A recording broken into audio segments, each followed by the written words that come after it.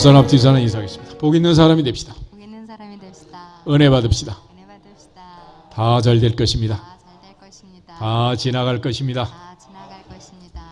할렐루야. 아멘. 오늘은 창세기 43장 말씀을 읽었습니다. 본문은 야곱이 사랑하는 막둥이 베냐민을 마지막 내놓는 장면을 기록하고 있습니다. 우리가 하나님이 누구신가? 하나님이 누구신가라는 질문을 하면 신학적으로는 하나님은 공의의 하나님, 하나님은 사랑의 하나님, 공의와 사랑이라는 두 가지 성품을 얘기하게 됩니다. 공의의 하나님은 1.1획이라도 변함없이 말씀을 성취하는 그 하나님께서 죄의 싹은 사망이다 말씀하셨는데 우리가 홀이라도 머리카락 하나만큼이라도 한 푼이라도 정리하지 아니하면 넘어갈 수 없는 죄에 대하여 관가하지 않는 하나님을 공의의 하나님이라고 합니다. 그래서 죄 없는 예수님을 십자가에 내어주시고 우리의 죄값을 지불하신 하나님은 공의의 하나님이시다. 그 공의의 하나님이 인류 전체를 구원하는데도 예수님의 십자가, 죄 없는 예수님의 보혈을 요구하셨지만 한 사람 한 사람 나를 구원하는데도 오직 예수님의 십자가의 보혈이 필요한 것입니다. 그래서 바울은 나를 사랑하사 나를 위하여 자기 자신을 버리신 하나님의 아들을 믿는 믿음 안에서 산다라고 말했습니다. 또한 사랑의 하나님은 억만 죄악에서 죽어 마땅한 우리를 살리기 위하여 죄 없는 아들 예수님을 대신 내어주시고 죄 많은 우리를 선택하시고 우리를 구원해 주신 구속하신 하나님의 은혜, 자비, 긍휼, 친절을 가리켜 사랑의 하나님이라고 합니다. 이처럼 하나님은 공의의 하나님이시고 사랑의 하나님이신데 그 사랑의 하나님의 또 다른 측면을 질투라고 합니다. 질투. 그래서 하나님은 우리가 세상을 살면서 하나님보다 더 사랑하는 것들, 흔히 우상이라고 하죠. 우상.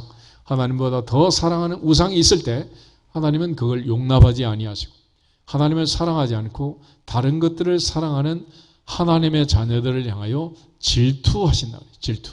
그런 측면에서 성경은 우리에게 하나님의 사랑을 강조해 주고 있고 성경은 구구절절히 우리에 대한 사랑의 편지라고 할 것입니다. 어린아이가 태어나서 말을 못하고 보지도 못하지만 엄마가 할머니가 안아주고 달래주고 업어주고 하면서 느낌을 통해서 또 알아듣지 못하는 언어를 통해서 자기에게 미소를 지을 때 이분이 나를 사랑하는구나 라는 걸 깨닫는 것처럼 우리가 성경을 다 알지 못한다고 해도 또 신앙생활을 하면서 예배를 드리고 교회에 드나들면서 우리가 가져야 할 첫 번째 원리, 사역의 첫 번째 원리는 하나님은 당신을 사랑하시고 당신을 위한 놀라운 계획을 갖고 계십니다 라는 사실을 믿는 것입니다. 올 한해도 하나님의 사랑을 믿고 하나님의 계획을 믿고 하나님만 사랑하는 해가 되기를 주의 이름으로 축복합니다. 그런 측면에서 하나님은 어떠한 경우에도 우리가 하나님 아닌 다른 것들을 사랑하는 것을 용납하지 못하는 것. 창세기 43장도 하나님께서 그동안 야곱이 사랑하던 모든 것들 그 마지막 붙들고 있는 막내 아들 베냐민을 내려놓도록 하나님보다 더 사랑하지 않도록 지금 테스트를 하는 장면이 기록되어 있습니다. 하나님께서는 늘 우리를 찾아오셔서 우리를 사랑하시고 우리의 사랑을 원하시는 거예요. 나의 힘이 되신 여호와여 내가 주님을 사랑합니다 라고 말한 그 다윗을 향해서 내가 이 세 아들 다윗을 만나니 내 마음에 맞는 사람이라 내 뜻을 다 이루게 하리라 하신 말씀처럼 올 한해는 하나님을 사랑하고 하나님의 뜻을 이루어 드리는 하나님의 사랑받는 삶을 살아낼 수 있기를 주님의 이름으로 축복합니다. 우리 모두가 다 그런 측면에서 하나님은 사랑의 하나님이지만 동시에 사랑을 상실하거나 사랑을 잃었을 때는 질투하신다라는 사실을 기억하십니다. 출애굽기 20장을 한번 찾아보겠습니다. 출애굽기 20장을 보시면 십계명의 말씀이 나와 있는데 그 중에 두 번째 계명 4절, 5절, 6절 세 절을 같이 한번 읽어보겠습니다. 너를 위하여 새긴 우상을 만들지 말고 또 위로 하늘에 있는 것이나 아래로 땅에 있는 것이나 땅 아래 물속에 있는 것의 어떤 형상도 만들지 말며 그것들에게 절하지 말며 그것들을 숨기지 말라.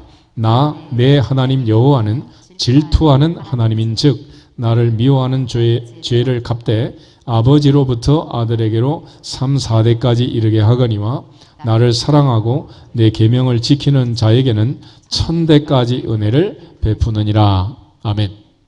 하나님이 한번 틀어지면 3, 4대까지 간다 그랬어요. 보통 3, 4일 가는 사람이 많이 있죠. 또 심한 사람은 한 3개월 가는 사람도 가끔 있다 그러더라고요.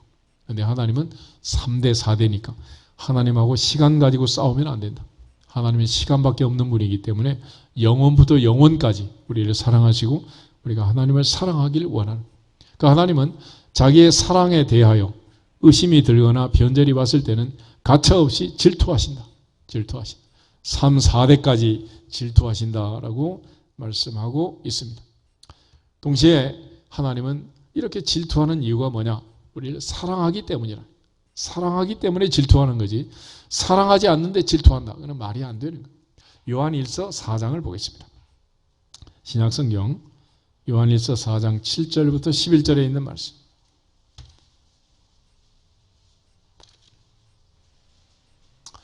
요한일서 4장 7절. 사랑하는 자들아 우리가 서로 사랑하자. 사랑은 하나님께 속한 것이니 사랑하는 자마다 하나님으로부터 나서 하나님을 알고 사랑하지 아니하는 자는 하나님을 알지 못하나니 이는 하나님은 사랑이심이라. 하나님의 사랑이 우리에게 이렇게 나타난 바 되었으니 하나님이 자기의 독생자를 세상에 보내심은 그로 말미암아 우리를 살리려 하심이라.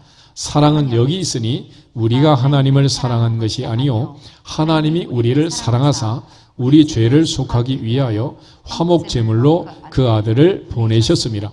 사랑하는 자들아 하나님이 이같이 우리를 사랑하셨은즉 우리도 서로 사랑하는 것이 마땅하도다. 할렐루야. 하나님은 세상을 이처럼 사랑하사 독생자를 주셨고 하나님이 이같이 우리를 사랑하셨으니 우리가 서로 사랑하는 것이 마땅하다. 예수님은 내가 너희를 사랑한 것 같이 너희도 서로 사랑하라. 너희가 서로 사랑하면 이로써 모든 사람이 너희가 내 제자인 줄 알리라 말씀했습니다. 우리 모두가 다 전능하신 하나님의 사랑을 믿고 하나님의 사랑하심을 받고 또 하나님을 사랑하는 복된 해가 되기를 주의 이름으로 축복합니다. 믿음의 조상 아브라함과 이삭과 야곱의 삶은 바로 하나님의 사랑하는 삶이었고 하나님이 사랑을 테스트하는 삶이었습니다. 창세기 12장을 한번 찾아보겠습니다. 창세기 12장을 보시면 하나님께서 믿음의 조상 아브라함에게 하란에서 그를 부르시는 장면이 나옵니다. 하나님은 그에게 명령하시고 약속하시고 안전장치를 주시는데 1절부터 3절 말씀을 같이 보겠습니다. 여호와께서 아브라함에게 이르시되 너는 너의 고향과 친척과 아버지의 집을 떠나 내가 내게 보여줄 땅으로 가라. 내가 너로 큰 민족을 이루고 내게 복을 주어 내 이름을 창대하게 하리니 너는 복이 될지라. 너를 축복하는 자에게는 내가 복을 내리고 너를 저주하는 자에게는 내가 저주하리니 땅의 모든 족속이 너로 말미암아 복을 얻을 것이라 하신지라. 아멘. 하나님께서 아브라함에게 명령하신 것은 첫째 떠나라. 고향을 떠나라. 친척을 떠나라. 아버지 집을 떠나. 그리고 내가 내게 지시할 땅으로 가라. 그리고 너는 복이 되라. 너는 복의 근원이 되라. 복의 통로가 되라. 너를 축복하는 자에게는 내가 복을 내리고 너를 저주하는 자는 저주한다. 내가 반드시 내게 복 주고 복 주며 너를 번성하게 하고 번성하게 하리라 약속하셨습니다. 아브라함은 제일 먼저 떠나야 할 것이 고향이었는데 고향. 그는 밧단 아람, 갈대아 우르를 떠나게 됩니다. 그런데 오다가 그가 이제 하란이라는 곳에서 지체를 하게 되고 그의 아버지 데라가 죽은 다음에 하나님이 그를 지금 다시 부르고 계십니다. 이 하란이라는 곳은 교통의 요지인 도시였습니다. 동시에 아브라함의 동생의 이름이기도 합니다. 그래서 이 하란의 아들 조카 롯을 그는 늘 데리고 다녔는데 아버지가 데라가 세상을 떠난 다음에 하나님이 그에게 첫째로 명령한 것은 고향을 떠나라. 그래, 고향. 여러분의 고향은 어디십니까? 경상남도, 전라남도, 강원도, 충청도 어디겠지? 그렇지만 성경은 우리에게 그곳이 고향이라고 말하진 않아요. 돌아갈 내 고향, 하늘나라 본향을 향해서 가라. 할렐루야. 많은 사람들이 지금 이제 뭐 이산 가족들은 명절이 오면 북쪽을 향해서 고향을 그리워하지만은 지금 여러분이 고향에 가면 여러분이 다니던 초등학교도 다 없어진 데가 많고 지금 뭐 산천초목이 다 천지개벽해서 옛날 그 모습을 가지고 있는 논두렁 밭두렁도 없어요. 네. 개구리 잡고 잠자리 잡고 뛰어다니던 그 시절도 없고 다 사라지고 없는 거예요. 그래서 흔히 말하기를 아버지 어머니 돌아가시면 고향은 없어지는 것이고 장인 장모님 돌아가시면 처갓집도 없어진다 그러잖아요. 우리가 고향은 천국을 사모하고 이제 본향을 사모하고 영원한 나라를 사모할 수 있기를 축복합니다. 우리가 마지막 장례식 치를 때 찬송 부르면서 늘 부르는 찬송 중에 하나가 그런 거 아니겠어? 며칠 후 요단강 건너가 만나리 니마 그 강을 건너지 마오. 요단강 건너 가난이 있는 것 같지만 실상은 이 땅의 가난이 아니라 영원한 본향 돌아갈 내 고향은 새하늘과 새 땅 하나님의 나라 천국이라는 것을 기억하시기를 축복합니다. 결국 우리가 이 세상에 있는 땅을 보고 사는 인생에게 사도 바울은 위의 것을 찾고 하늘을 보고 살아라 그랬습니다. 이제는 진짜 고향을 찾는 사람들이 되기를 축복합니다. 그래서 아브라함에게 고향을 떠나서 내가 내게 지시할 땅 새하늘과 새 땅 그 땅을 향해 달려가라고 말한 것입니다. 두 번째로 이제 아브라함에게 떠날 것은 친척이었습니다. 오늘 4절에도 보면 창세기 12장 4절에 아브라함이 여호와의 말씀을 따라가지만 같이 가는 게 있습니다. 누가 같이 갑니까? 롯이 함께 합니다. 롯.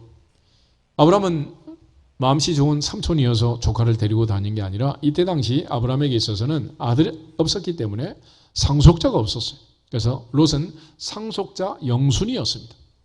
아브라함은 이 상속자를 조카 롯으로 생각하고 데리고 다닌 거예요. 그런데 애굽에 갔다 오면서 물질이 많아지자 롯과 헤어지게 됩니다. 13장을 보면 내가 좌하면 나는 우하고 내가 우하면 나는 좌하겠다. 종들이 서로 싸우는 이걸 보고 아브라함이 롯에게 좋은 땅을 선택해서 가라 그래요.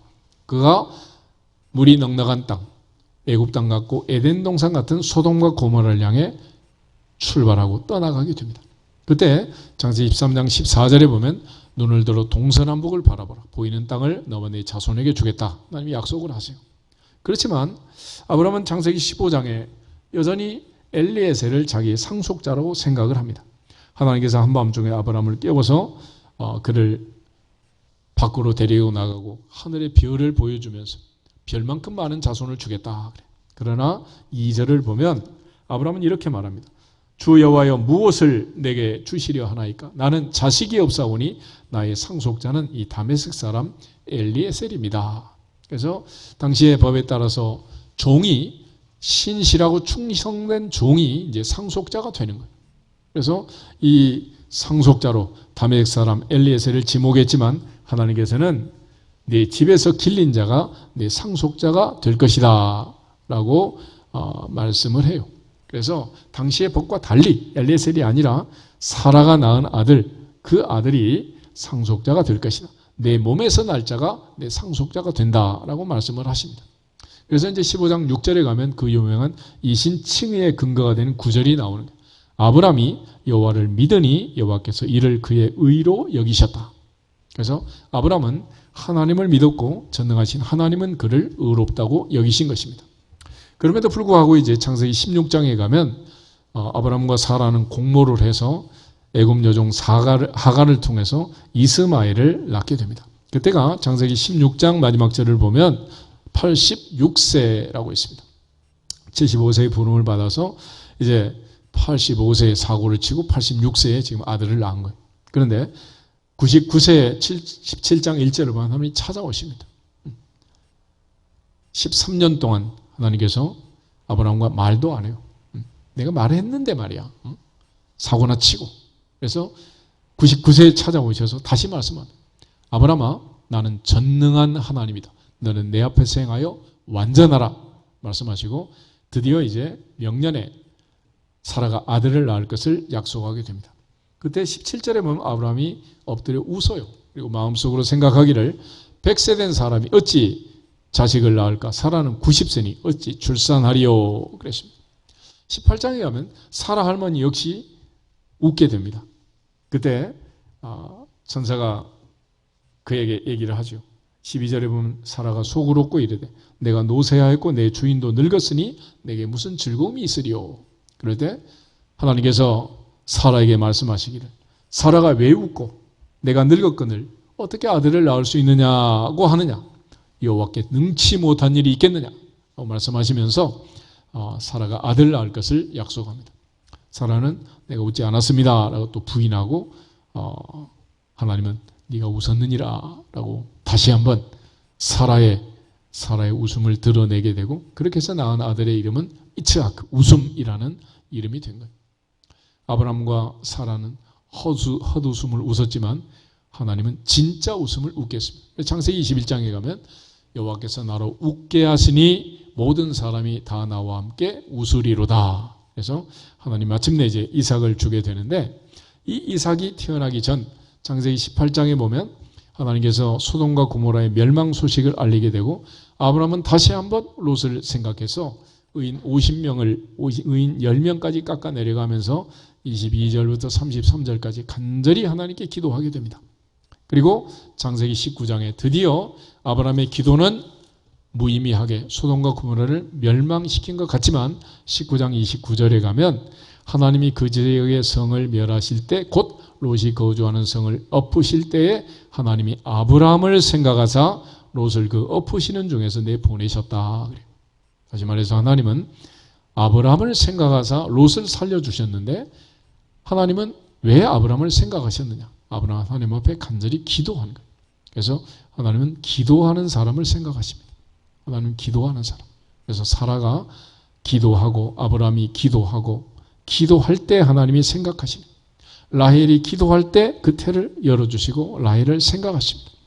한나가 기도할 때 한나를 생각하시고 엘가나와 통침할 때 사무엘을 잉태하도록 하나님이 역사하신 거예요.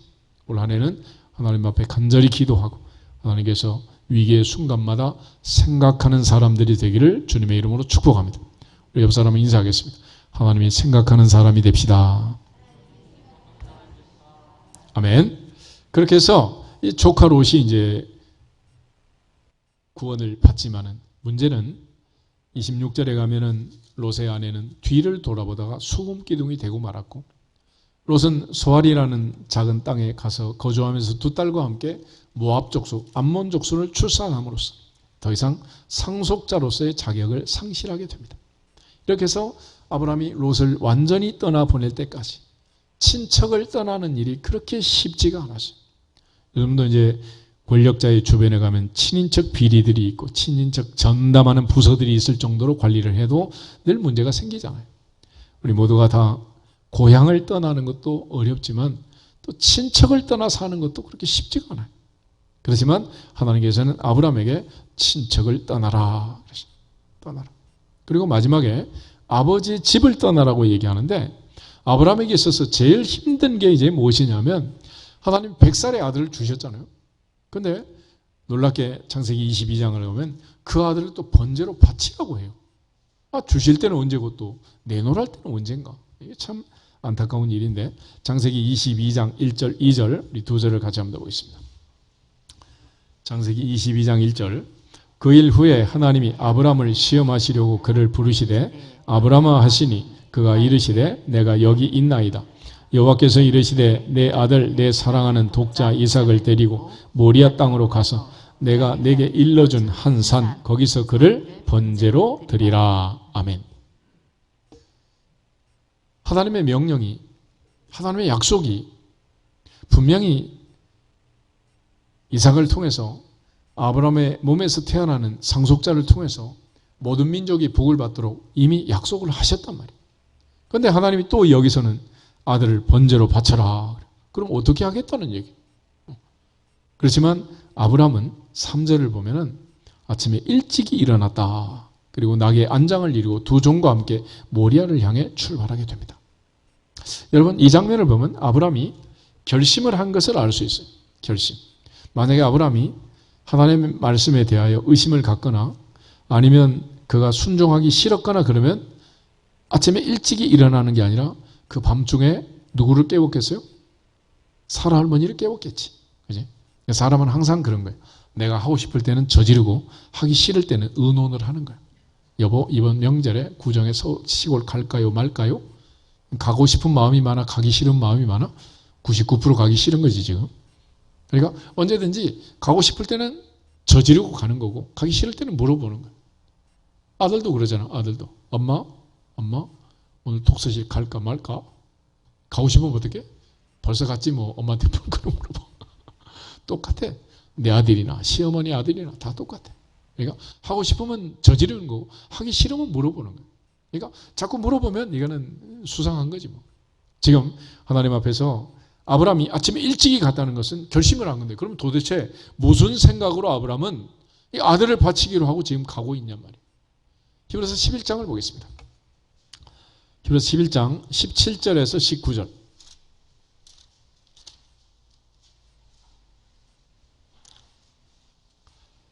히브리서 11장 17절 말씀 같이 읽겠습니다. 아브라함은 시험을 받을 때에 믿음으로 이삭을 드렸으니 그는 약속들을 받은 자로 돼 그 외아들을 드렸느니라. 그에게 이미 말씀하시기를 내 자손이라 칭할 자는 이삭으로 말미암으리라 하셨으니 그가 하나님이 능히 이삭을 죽은 자 가운데서 다시 살리실 줄로 생각한지라. 비유컨대 그를 죽은 자 가운데서 도로 받은 것이니라. 아멘. 아브라함은 하나님을 믿었기 때문에 이게 아무것도 문제가 되지 않았다는. 로마서 4장에 사도 바울이 말한 아브라함의 하나님은 죽은 자를 살리시고 없는 것을 있는 것 같이 부르시는 분이다 그랬습니다. 아브라함은 부활신앙을 가졌고 천지를 창조하신 전능하신 하나님을 믿었습니다. 무에서 유의 창조를 믿은 거예요. 그렇기 때문에 하나님께서는 이 아들을 통하여 복 주신다는 약속을 반드시 지킬 줄로 믿습니다. 그러나 또 하나, 내가 순종해서 아들을 바치면 하나님은 죽은 아들을 다시 살려낼 줄로 믿습니다. 이 두 가지 믿음을 동시에 가졌기 때문에 아브라함에게는 하나도 문제가 되지 않았어요. 갈릴리 가나에서 첫 번째 기적이 일어날 때 마리아가 하인들에게 했던 말을 기억하십니까? 너에게 무슨 말씀을 하시든지 그대로 하라. 할렐루야. 따지지 말고 의심하지 말고 그대로 하라는 거예요. 아브라함 역시 하나님이 말씀할 때 아침에 일찍 일어나서 그대로 한 것입니다. 그의 신앙의 본질은 부활신앙이었고 언약신앙이었습니다. 하나님은 약속을 지키시는 하나님이시고 내가 죽인다 하더라도 반드시 살려낼 줄로 믿습니다. 할렐루야. 올 한 해는 언약의 하나님을 믿으시고 전능하신 하나님의 능력을 믿고 부활신앙으로 승리할 수 있기를 주님의 이름으로 축복합니다. 그런 차원에서 창세기 22장을 다시 보시면 믿음의 조상 아브라함이 아들 이삭을 데리고 번제할 나무를 가지고 아들 이삭에게 지우고 지금 올라가고 있습니다. 번제할 어린 양은 어디 있습니까? 불과 나무만 있지 않습니까? 그럴 때 아브라함이 이삭에게 하는 말, 하나님이 자기를 위하여 친히 준비하시리라. 내 아들아 번제할 어린 양은 하나님이 자기를 위하여 친히 준비하시리라. 그래서 14절에 보면 여호와 이레라는 말을 하는데 이레라는 말은 본다라는 뜻입니다. 여호와께서 보신다, 보실 것이다, 본다 그런 뜻입니다. 그런데 하나님께서 우리의 삶을 통해서 우리가 있는 것도 보시고 없는 것도 보시고 숨겨둔 것도 보시고 진짜로 없는 것도 보시고 하나님 다 보고 계시는. 그래서 우리가 순종하면 하나님께서 친히 자기를 위하여 여호와 이레 하나님께서 올 한 해도 앞서가시면서 준비하실 줄로 믿습니다. 그런 차원에서 믿음의 조상 아브라함은 하나님 앞에 모든 것을 맡겼고 부활신앙으로 아들을 바치기로 결심을 하게 된 것입니다. 바로 이 장면이 아브라함에게 있어서는 가장 힘든 장면이에요. 나무를 벌려놓고 제단을 쌓고 아들을 묶어서 제단 위에 올려놓고 마지막 칼을 빼어 내리치는 순간, 그때 11절을 보면 여호와의 사자가 하늘에서부터 그를 불러 이르시되 아브라함아 아브라함아 그랬습니다. 하나님이 두 번 부를 때는 굉장히 지금 다급한 거예요. 모세야 모세야 아브라함아 아브라함아. 하나님 지금 이 아브라함을 보면서 깜짝 놀란 거예요. 이제는 아브라함이 급할 게 하나도 없어요. 하나님이 다급하게 지었대. 예를 들어 아들한테 혼을 내면서 그러려면 집 나가라. 그러면 아들이 천연덕스럽게 짐을 싸가지고 어마마마 안녕히 계십시오. 그리고 진짜로 가출하면 어떻게 돼? 근데 엄마가 다급한 거지. 맞아. 마찬가지야. 지금 하나님이 다급해지. 하나님. 그럴 정도로 아브라함은 진짜로 믿었고 진짜로 바쳤다. 그래서 비유컨대 죽은 자 가운데서 도로 받은 것과 마찬가지라는 거예요. 진짜 죽이지만 않았지. 진짜 죽였다 하더라도 하나님은 살려내실 것이고 아브라함은 그렇게 했을 것이다 라는 것을 성경이 기록해 주고 있습니다. 결국 이러한 장면에서 가장 중요한 것이 뭐냐면 2절을 다시 보시면 22장 2절에 이렇게 되어 있어요. 여호와께서 이르시되 내 아들 내 사랑하는 독자 이삭이라고 표현합니다. 이삭을 번제로 드리라는데 이것이 무엇이냐 1절을 보시면 그 일 후에 하나님이 아브라함을 어떻게 하시려고? 시험하시려고. 하나님이 아브라함에게 낸 시험 문제가 이거라는 거예요. 쉽게 설명하면 아브라함아 너는 나를 사랑하느냐 네 아들을 사랑하느냐 아브라함아 너는 내가 좋으냐 네 아들이 좋으냐 아들 장가 보내고 억지 부리는 시어머니하고 똑같지 네 마누라가 좋으냐 내가 좋으냐 엄마가 좋으니 아빠가 좋으니 똑같은 시험들. 그때 아브라함은 과감하게 선택을 하는 거예요. 나는 하나님이 좋습니다. 나는 하나님을 사랑합니다. 그래서 나의 힘이 되신 여호와의 내가 주님을 사랑합니다. 고백한 다윗처럼 아브라함은 하나님을 선택하고 아침에 일찍이 출발하는 거예요. 먼저 그의 나라와 그의 의를 구하면 모든 것을 더해 주신다는 거예요. 하나님은 이 아브라함의 선택을 보시고 아브라함이 칼을 들어 내리치려는 이 장면을 보시고 다급해지죠. 아브라함아 됐다. 내가 졌다. 네가 이겼다. 인정한다. 그리고 나서 수풀에 한 순양을 걸리게 하시고 그 순양으로 대신 번제를 드리고 아들과 함께 돌아오게 하셨습니다. 아브라함의 인생에 있어서 고향을 떠나고 조카롯을 떠나는 것도 힘들지만 마지막 100살에 얻은 아들을 하나님께 내어 바치는 100살에 얻은 아들을 포기하는 이것이 바로 믿음의 조상 아브라함이 되는 결정적 장면이고 전환점이 된 것입니다. 하나님께서 우리에게 요구하시는 것은 하나님보다 더 사랑하는 것이 무엇이냐? 네가 나보다 더 사랑하는 것이 무엇이냐? 도대체 무엇을 사랑하기에 예배도 못 드리고 주일도 못 지키고 그저 트롯에 빠져가지고 찬양 한 곡을 제대로 안 하고 말이야.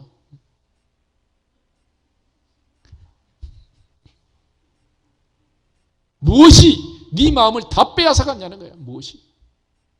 너는 무엇을 사랑하고 무엇을 위해서 살고 있느냐? 하나님 앞에 진짜 기도를 드린 지가 언젠지 알 수 없는 진짜 무릎을 꿇고 하나님께 기도한 지가 언제냐는 거예요.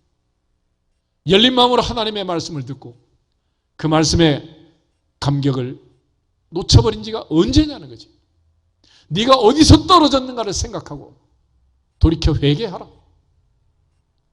하나님께서 아브라함을 향해서 이것은 테스트라고 말합니다. 시험이라. 내가 좋으냐? 네 아들이 좋으냐? 너는 나를 사랑하느냐? 네 아들을 준 너의 하나님을 사랑하느냐? 올 한 해는 하나님이 묻는 질문 앞에 답을 할 수 있어야 할 것이고 정확하게 정답을 골라내야 할 것입니다. 하나님은 마지막 아브라함이 하나님을 선택했을 때 그의 인생 이후로는 더 이상 테스트가 없었어요. 그리고 무탈하게 인생을 살다가 아브라함 175세에 세상을 떠나게 됩니다. 반면에 이삭이란 사람을 보면 이삭은 아버지 아브라함은 100살에 낳은 아들을 바쳤지만 아버지가 아들을 바칠 때 아들 이삭은 자기 자신을 바친 거예요. 자기 자신을. 무슨 차이가 있느냐? 사탄이 욥을 시험할 때 아들 7, 딸 3을 하루아침에 데려가게 됩니다. 그런데도 욥이 하나님을 부인하지 않자 사탄이 하나님께 이렇게 요구를 해요. 인간이라는 것은 원래 자식을 사랑하는 것 같아도 자기보다 자식을 사랑하지 않습니다. 그래서 자기 몸이 아프고 병이 들면 결국은 하나님을 부인하게 될 것입니다. 그래서 욥에게 찾아온 자식들이 세상을 떠난 다음에 찾아온 테스트가 몸에 질병이 오는 거예요. 고통이 오는 거예요. 그래서 욥이 그 고통 속에 들어갔지만 여전히 하나님을 부인하지 않자 아내를 통해서 그래도 당신이 당신의 순전함을 굳게 지키겠느냐? 하나님을 욕하고 죽어라. 이렇게 사탄이 몰아치는 거예요. 그렇지만 욥은 당신의 말이 어찌하여 어리석은 여자의 말 같으냐? 우리가 하나님께 복을 받았으니 화도 받지 않겠느냐? 욥은 여전히 입술로 범죄하지 않고 하나님의 사랑을 믿었습니다. 이삭은 자기 자신을 바친 거예요. 그래서 우리가 이 모리아산의 사건을 가리켜서 십자가의 예표라고 합니다. 십자가의 예표. 십자가의 예표. 여러분, 아브라함이 이삭에게 나무찜을 지우고 산에 올라갔습니다. 그러면 이삭이 한 15살쯤 됐다고 생각해 보세요. 그러면 아브라함은 몇 살입니까? 아직도 100살? 100살하고도 15살. 여러분, 115살인 아버지가 15살인 아들을 묶어가지고 나무단에 올릴 때 아들 도망가면 어떡해? 잡겠어요? 집에 가서 한번 해보세요. 아들 잡을 수 있는지. 그건 말도 안 되는 거예요. 그래서 아들이 나무단에 스스로 올라가서 아버지, 오른쪽 발 더 꽉 묶으세요. 안 그러면 나 도망갈지 몰라요. 왼쪽 손도 더 세게 묶어주세요. 안 그러면 도망칠지 모릅니다.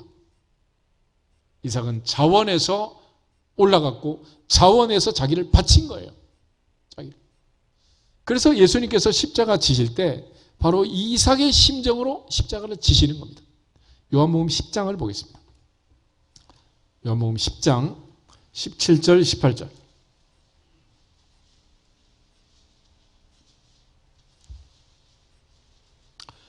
요한복음 10장 17절.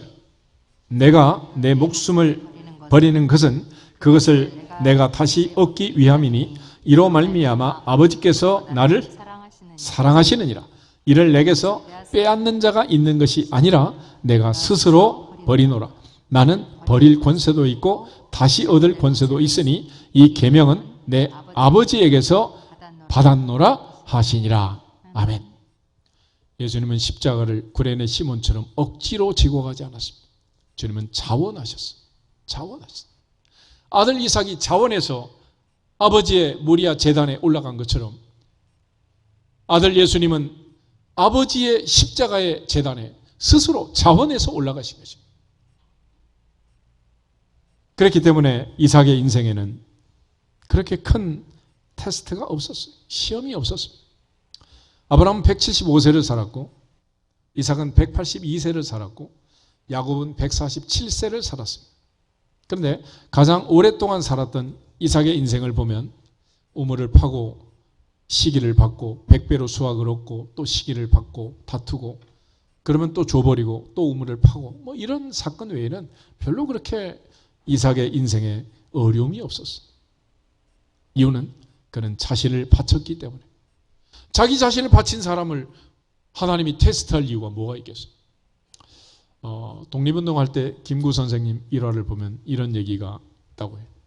상해에서 독립운동할 때 어머니가 이제 시장에 가서 시래기를 주워다가 국을 끓여서 식사를 하는데 선생님께서 어머니 우리가 아무리 힘들고 어렵고 영말리 와서 독립운동을 하지만은 이거는 아니지 않겠습니까? 그랬더니 아직도 정신을 못 차렸다. 종아리를 걷고 일어서라. 매를 때렸다.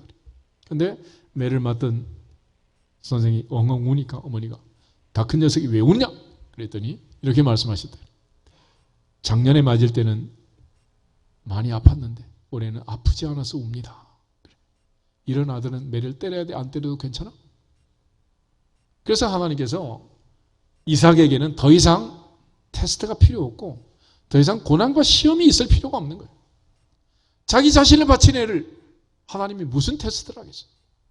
그래서 이삭은 예수님처럼 십자가의 자원에서 자기를 바친 구약 성경의 가장 드라마틱한 십자가의 예표 사건이 바로 이삭의 번제 사건인 거예요. 창세기 22장 다시 보시면 하나님께서 모리아 산에 번제를 바치라고 할 때 2절 다시 한번 읽어보겠습니다. 여호와께서 이르시되 내 아들 내 사랑하는 독자 이삭을 데리고 모리아 땅으로 가서 내가 내게 일러준 한 산 거기서 그를 번제로 드리라. 어디 땅으로 가라? 모리아 땅으로 가라. 이 모리아가 어디냐? 역대하 3장 1절을 보겠습니다. 역대하 3장 1절.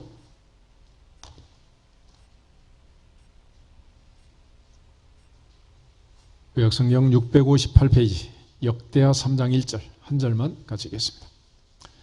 역대하 3장 1절. 솔로몬이 예루살렘 모리아 산에 여호와의 전 건축하기를 시작하니 그곳은 전에 여호와께서 그의 아버지 다윗에게 나타나신 곳이요 여부스 사람 오르난의 타작마당에 다윗이 정한 곳이라. 아멘. 솔로몬이 성전을 지은 모리아 산은 어디에 있다고? 예루살렘에 있다. 예루살렘. 1000년 전에 아브라함이 이삭을 바친 그 모리아 산에 1000년 후에 다윗이 오르난의 타작마당에 성전 부지를 정하고 솔로몬이 그 예루살렘 모리아 산에 성전을 건축했다 그랬습니다. 아브라함부터 다윗까지 1000년인데 이 다윗으로부터 1000년 후에 예수님이 예루살렘에 십자가에 운명하시면서 다시 성전을 건축해요. 그게 요한복음 2장인 거예요. 요한복음 2장 한번 보겠습니다.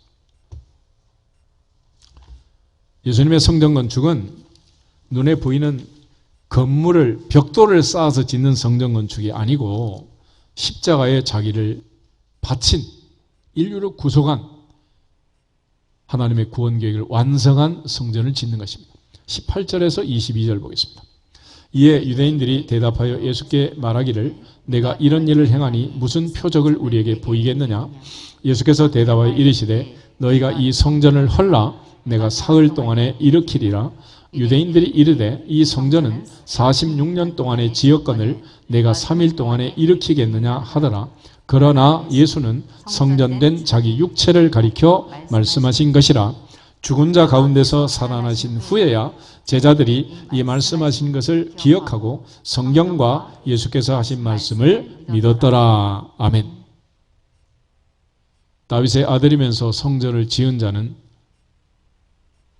3000년 전에는 솔로몬이었습니다. 그러나 2000년 전에 다윗의 자손, 다윗의 아들 예수님께서 십자가에 죽으시고 부활하심으로써 우리를 구속할 성전을 짓고 눈에 보이는 성전의 휘장은 찢어지고 새로운 살 길을 열어서 우리를 지성소 앞으로 인도해 주신 거예요. 오늘 모리아산에 이삭 번제를 드렸던 그 자리에 1000년 후에 다윗이 성전 부지를 정하고 솔로몬이 성전을 건축했습니다. 또 1000년 후에 예수님이 그 자리에 십자가를 세우시고 우리를 구속할 영원한 제사, 단번에 완성하신 십자가의 제사를 이루신 것입니다. 그런 차원에서 이삭은 자원에서 자기를 바친 예수님의 예표이고 모리아산의 번제는 십자가를 가장 잘 보여주는 거예요. 올 한 해는 하나님 앞에 이삭이 순종했던 것처럼 예수님이 순종했던 것처럼 순종하는 해가 되기를 주 이름으로 축복합니다. 특별히 아브라함과 이삭을 이어서 믿음의 조상이 된 야곱이라는 사람은 연구 대상이에요. 그는 모태 잉태했을 때부터 형과 싸웠고 태어나면서도 싸우면서 태어나오고 태어나가지고도 싸우고 쏟고 쏘기는 사기꾼의 대명사 이 야곱이라는 사람이었습니다. 그런데 야곱은 사랑하는 게 너무 많았어요. 물론 부모의 잘못도 있죠. 이삭과 리브가는 두 자녀를 편애했습니다. 이삭은 에서가 사냥한 고기를 좋아해서 늘 에서는 아빠를 기쁘게 하려고 사냥꾼이 됐습니다. 야곱은 엄마 치마 푹 붙들고 부엌에 들락날락 하면서 어깨너머로 배운다고 얼마나 잘 배웠는지 일품 요리 셰프가 돼가지고 팥죽 한 그릇에 장작권을 사게 되잖아요. 그런데 이처럼 야곱이 요리사가 되고 에서가 사냥꾼이 된 건 이유가 뭐냐? 아빠 엄마를 기쁘게 하려고 그러는 거예요. 여러분 애들이 학교 가서 공부를 열심히 하는 애들 왜 그런지 아세요? 공부가 취미고 뭐 공부밖에 할 게 없고 공부가 제일 쉬워서 그런 게 아니라 엄마가 좋아하니까 엄마를 기쁘게 하려고 그러는 거예요. 그러니까 아들아 엄마 믿는다 한마디만 하면 아들은 전교 1등 해가지고 오는 거야. 근데 그걸 갖다가 뭐 공부해라 뭐 해라 계속 이러니까 엄마 소리 잔소리가 돼가지고 집을 나가는 거예요. 남편이 밖에 나가서 돈을 열심히 벌고 가정을 책임지고 자기 능력의 10배를 더 발휘해가지고 무거운 짐을 지고 살아가는 이유는 뭐냐? 마누라한테 돈 벌어주려고, 마누라 기쁘게 하려고 그러는 거야. 당신 최고, 한마디만 하면 될 거를 갖다가 바가지를 긁어가지고 집에 들어오기를 싫게 만들잖아, 이 바보 같은 아내들이. 그러니까 지금 야곱과 에서를 보면 알 수 있는 거야. 왜 몰입하고 집중할 수 있느냐? 나를 사랑하는 그 사람을 기쁘게 하기 위해서 그러는 거예요. 야곱은 엄마를 사랑했고 에서는 아빠를 사랑한 거예요. 사람은 사랑하는 그 사람을 위해서 존재하는 것이고 그 사람을 기쁘게 하기 위해서 그 사람이 뭘 기뻐하는가를 생각하면서 사는 거예요. 원래 우리가 하나님을 진짜로 사랑한다면 누구를 기쁘게? 하나님을 기쁘게. 그렇지만 우리가 그렇게 살지 않는다면 우리는 무언가 다른 것을 지금 사랑하고 있는 거예요. 그런데 이 야곱에게는 사랑하는 게 너무 많았어요. 저자는 어린 시절 엄마를 그렇게 사랑했고 리브가 역시 야곱을 사랑했습니다. 어느 날 이삭이 이제 세상 떠날 때가 돼간 줄 알고 에서를 불러가지고 인포메이션을 줬잖아요.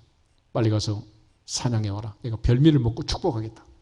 이걸 가로채기 위해서 리브가는 별미를 만들어가지고 야곱의 손에 쥐어서 남편 앞에 들이밀고 이삭은 그 별미 맛에 취해가지고 손은 에서의 손이로되 음성은 야곱의 음성이로다. 헷갈리면 하지 말아야지. 축복을 하고 상황이 종료되고 말았습니다. 에서가 분노함으로 죽이려고 하자 내가 하루쯤에 둘을 잃을 수 있겠느냐. 며칠만 외갓집에 가 있어라. 외갓집으로 빼돌린 거 아니에요. 그런데 며칠이 결국은 영원한 굿바이가 되었고 리브가는 더 이상 사랑하는 아들을 보지 못했고 아들은 엄마를 보지 못했습니다. 그런데 이 아들이라는 녀석은 외갓집에 가가지고 그렇게 사랑하던 엄마를 생각하는 게 아니라 둘째 딸 라헬한테 퐁당 빠져가지고 엄마 생각했어 안 했어? 엄마 생각한 적이 없어. 그래서 흔히 엄마의 이상형은 아들이고 아들의 이상형은 무조건 이쁜 여자. 무조건 이쁜 여자한테 빠져가지고 이 야곱은 세월 가는 줄 모르고 7년의 세월이 지나서 신방 차리고 아침에 눈 떠보니 신부가 바뀌었잖아. 외삼촌이 어찌하여 내게 이같이 할 수 있습니까?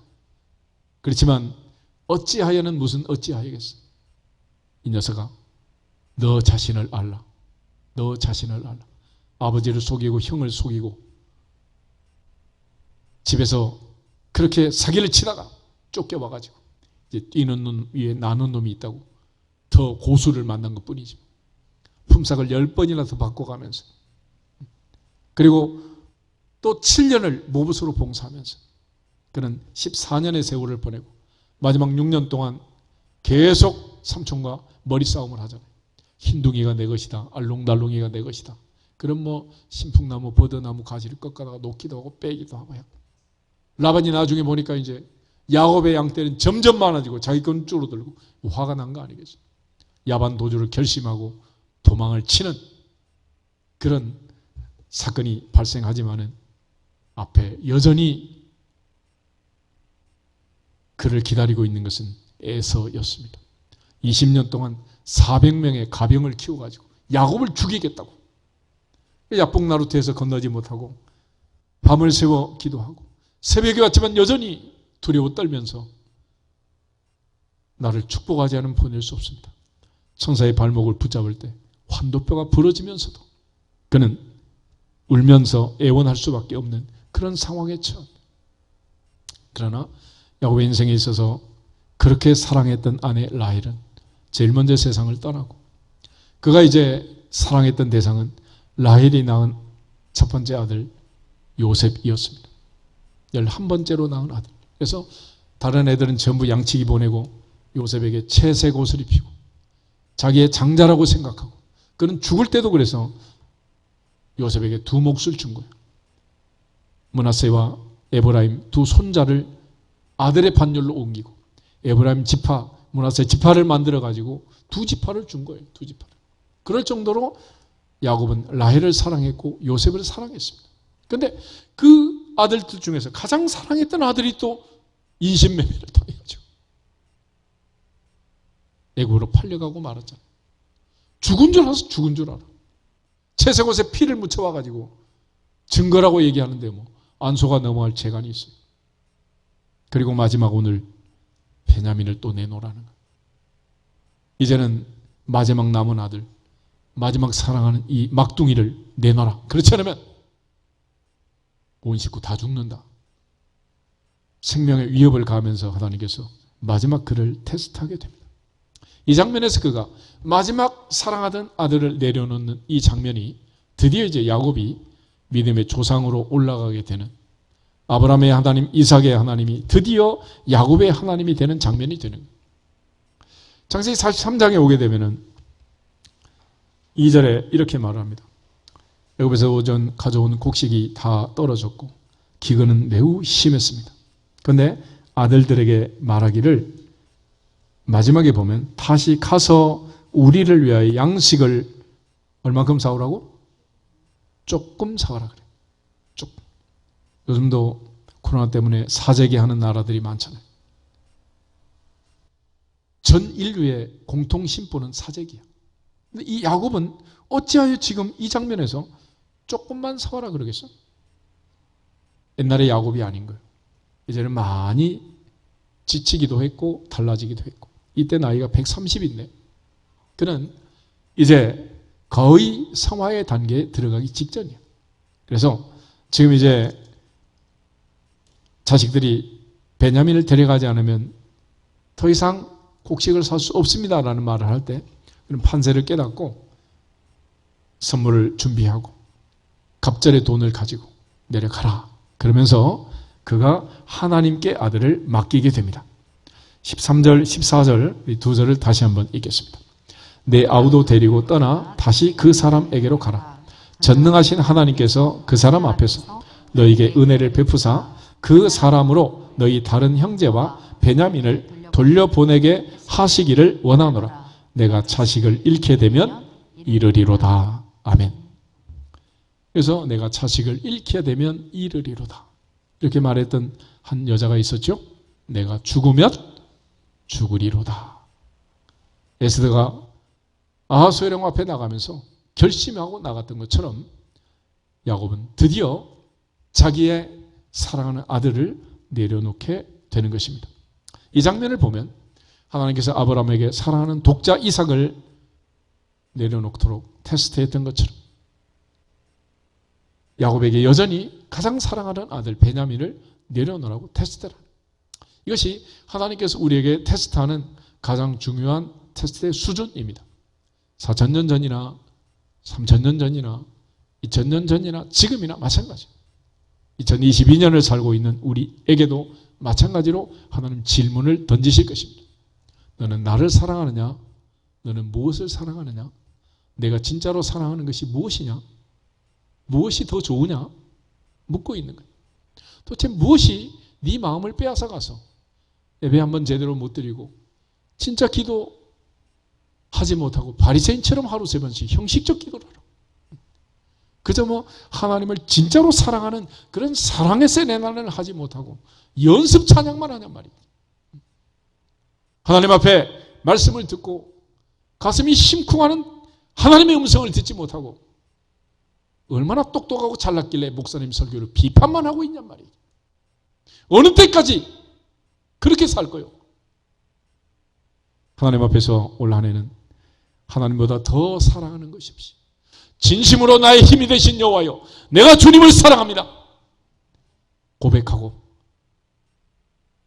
실천하는 해가 되기를 축복합니다. 하나님이 우리에게 원하시는 것은 그걸 원하시는 거예요.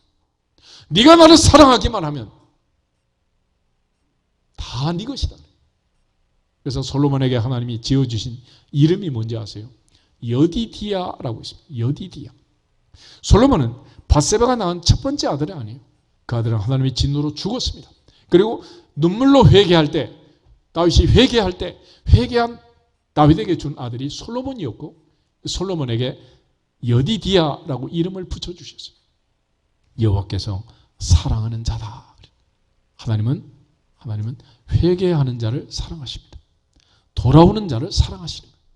우리가 돌이키기만 하면 사랑하신다. 여호와를 찾으라 그리하면 살리라. 여호와를 찾으라 그리하면 살리라. 베델을 찾지 말고 길갈로 들어가지 말고 브엘세바로 나가지 말라. 여호와를 찾으라 그러면 살리라.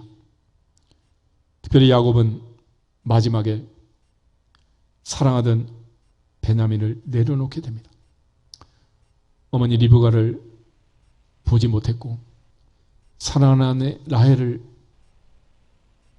장사 지냈고 요셉을 빼앗기고 마지막 베냐민 남았는데 그것까지 내어놓으라. 그런데 야곱의 인생을 보면 모두 다 염소 새끼하고 관련된 슬픈 스토리가 잠복되어 있어요. 리브가가 이삭을 속일 때 만들어갔던 별미가 뭔 줄 아세요? 염소 별미야. 염소 가지고 별미를 만들어가지고 속였습니다. 그런데 나중에 유다가 요셉의 채색 옷에다가 피를 묻혀왔는데 그때 묻힌 피가 뭐냐면 염소피야. 염소피. 그러면서 아버지한테 보소서, 아버지의 아들의 옷인가 아닌가 보소서. 그래. 염소 가지고 아버지를 속였더니 아들이 나한테 염소 가지고 사기를 치는 거예요. 유다가 아버지한테 아버지의 아들의 옷인가 아닌가 보소서 그랬더니 며느리 다말이 시아버지한테 지팡이와 끈과 도장을 내밀면서 보소서 이 도장과 이 끈과 이 지팡이가 누구의 것입니까? 라고 또 사기를 치죠. 장자 엘이 죽고 둘째 셀라가 죽고 오난이 죽고 셋째 셀라가 이제 장성했는데도 여전히 시아버지가 부르지 않자 다말은 가문을 세기 위해서 창기 면박을 하고 양털 깎으러 올라가던 길목에서 유다를 만나게 되고 유다와 관계를 해서 베라스와 세라 쌍둥이를 낳게 되는데 그때 유다가 들어가기 전에 약속한 싹시 뭐냐? 염소 새끼 한 마리 주겠다 그랬어요. 결국 인간은 사기를 치고 인간은 계속해서 잔머리를 굴리지만 하나님은 배후에서 역사하셔서 자기의 뜻을 이루셨고 그 하나님의 공의와 하나님의 사랑이 아니면 오늘 우리가 어떻게 존재할 수 있겠어요? 4,000년 전이나 지금이나 똑같이 우리는 잔머리를 굴리고 있잖아요. 그렇지만 하나님께서 원하시는 것은 더 이상 네 뜻대로 하지 말고 내 뜻대로 좀 하면 안 되겠냐? 예수님 십자가 앞에서 나의 원대로 마시고 아버지의 원대로 하옵소서 기도하셨던 것처럼 올 한 해는 내가 하고 싶은 건 내 뜻보다도 아버지의 원하심을 찾아서 아버지의 소원을 발견하고 그 뜻대로 살아가는 해가 되기를 주의 이름으로 축복합니다. 궁극적으로 우리가 내려놓지 아니하면 아무것도 얻을 수 없습니다. 하나님 앞에 하나님보다 더 사랑하는 것들을 내려놓고 내 마음을 뺏어가는 우상들을 포기하고 믿음의 주요 온전케 하신 인 예수 그리스도를 바라보고 영원부터 영원까지 세상 끝날까지 우리를 사랑하시는 그 아버지 하나님의 사랑을 믿고 올 한 해도 하나님은 당신을 사랑하시고 당신을 위한 놀라운 계획을 갖고 계심을 분명히 확신하는 믿음의 사람들이 되기를 주님의 이름으로 축복합니다. 더 이상 내가 붙들고 있는 것, 내가 붙잡고 있을 것 아무것도 없다는 사실을 인정하고 이제 하나님 앞에 맡기고 내려놓으면 하나님이 은혜를 베푸셔서 베냐민도 돌려보내주시고 요셉은 총리를 만들어서 돌려보내주시고 죽은 마누라에 어떡하겠어요? 그러나 하나님께서 다 회복시켜 주신 것처럼 마침내 하나님을 사랑하면 회복이 될 줄로 믿습니다. 이 사실을 마음에 새기면서 올 한 해는 하나님 앞에 내가 붙잡았던 것, 집착했던 것, 내려놓지 못했던 것들 다 내려놓으면 내가 포기하는 그 순간 하나님 모든 것을 돌려주시고 여호와는 나의 목자시니 내게 부족함이 없으려 고백한 다윗처럼 올 한 해는 부족함이 없는 해가 될 줄로 믿습니다. 다 같이 주 예수 그리스도의 이름으로 하늘문화 열릴지어다 선포하고 기도하겠습니다. 주 예수 그리스도의 이름으로 하늘문화